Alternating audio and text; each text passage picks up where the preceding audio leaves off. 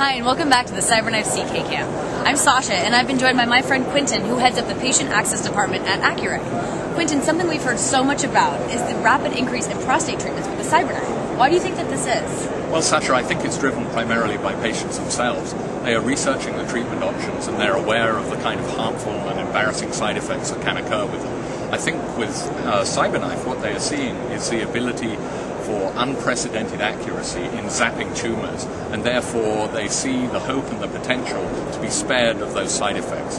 The choice of treatment is important, yes, but also it's important to take into account quality of life. With treatment of prostate cancer, there are various kinds of unpleasant side effects that can occur. And what happens with CyberKnife is one of the hopes is in the area of a side effect or a front effect called erectile dysfunction or impotence. With CyberKnife, a recent study has demonstrated some hope for those patients. The study showed better rates of sexual function after CyberKnife treatment than for previously published data for other radiotherapy treatments or surgery. In fact, in this study from Naples, Florida, 81% of patients preserved sexual function 2 years after treatment. Wow, that's great. That's great news for patients and for their partners. Absolutely. And another aspect that's important in choosing CyberKnife is convenience. Because if you are a patient, you face the prospect of a choice between hospitalization and surgery, or many weeks of radiation treatment, or, as many of them are now attracted to, the option of choosing CyberKnife and having your treatments done in 4 or 5 days. So it's a fairly remarkable development, much more convenient for patients. That's incredible. What is an average patient treatment like? Well, an average patient treatment would typically consist of just 4 or 5 days within a week.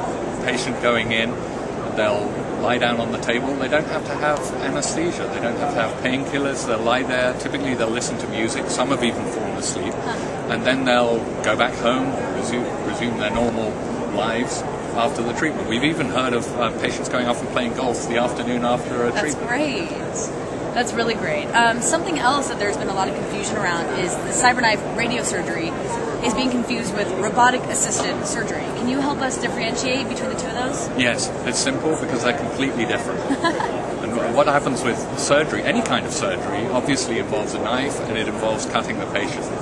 With CyberKnife, there is a knife in the name, there is no knife in the patient.